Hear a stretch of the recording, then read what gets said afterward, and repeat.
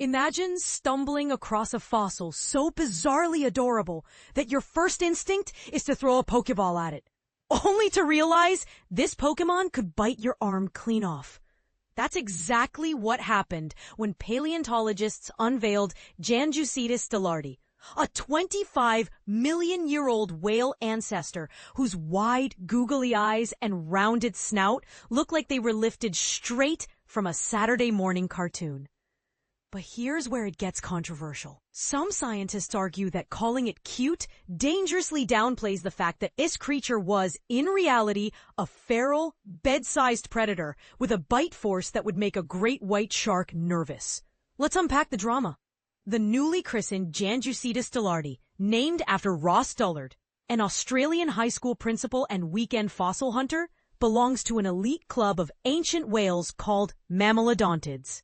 These guys cruised Earth's oceans between 34 and 23 million years ago, long before humpbacks started singing lullabies and minkies became whale-watching superstars. Think of mammalodontids as the punk rock older cousins of modern baleen whales, smaller, stockier, and armed with teeth instead of baleen plates. So why the Pokémon comparison? Senior curator Eric Fitzgerald from Museums Victoria Research Institute explains that the partial skull, the only part recovered so far, sports cartoonishly bulbous eye sockets and a blunt, almost seal-like face. It's as if someone mashed a whale, a seal, and Pikachu into one animal, he jokes.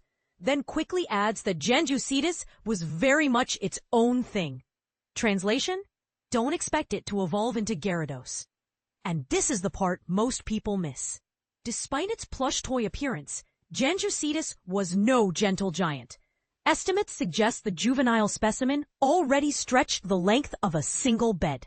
Adults could have been even larger, and those chunky teeth weren't for filter feeding on krill. Nope. This beast likely ambushed prey with bone-crunching chomps, earning it the unofficial nickname, Super Effective Bite Machine. What did the rest of it look like? That's still up for heated debate. Because only the skull and a handful of teeth have surfaced, scientists can only speculate. Fitzgerald playfully suggests it might have sported tiny little nubbins of legs, like evolutionary stumps, an image that's equal parts hilarious and unsettling. Imagine a torpedo-shaped whale with T-Rex arms paddling after unsuspecting fish.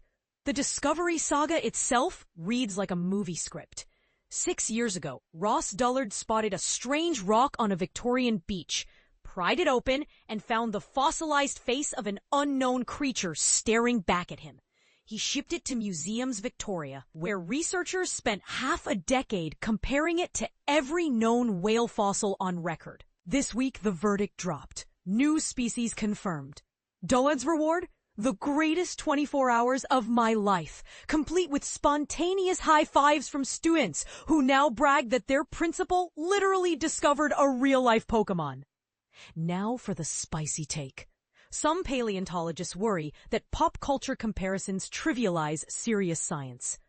Others counter that anything sparking public fascination, especially in an era of climate anxiety, is worth the risk. So we're left with a question that could ignite comment section warfare. Should we embrace the Pokemon whale nickname to hook younger audiences? Or does that do a disservice to the raw, toothy reality of prehistoric life? Drop your opinion below. Is Janjucetus Dullardi the cutest monster to ever swim the oceans? Or does its cuddly reputation dangerously distort the truth? And if science ever perfects de-extinction, would you vote to bring this chompy, googly-eyed beast back, Helix fossil style? Or leave it safely in the past, where it belongs?